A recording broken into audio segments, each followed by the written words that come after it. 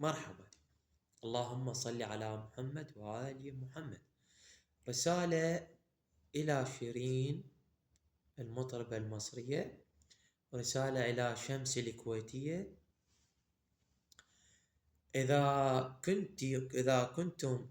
كنت تستهزئين بالعراق، فالعراق أكبر منك وأكبر من أبوك وأكبر من العرب كلها.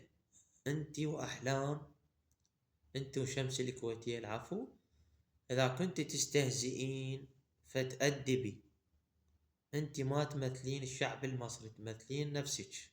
أخاف العراق شوية يدخل بمرحلة الآن جريح، لكن العراق يبقى أبو الكل، ويبقى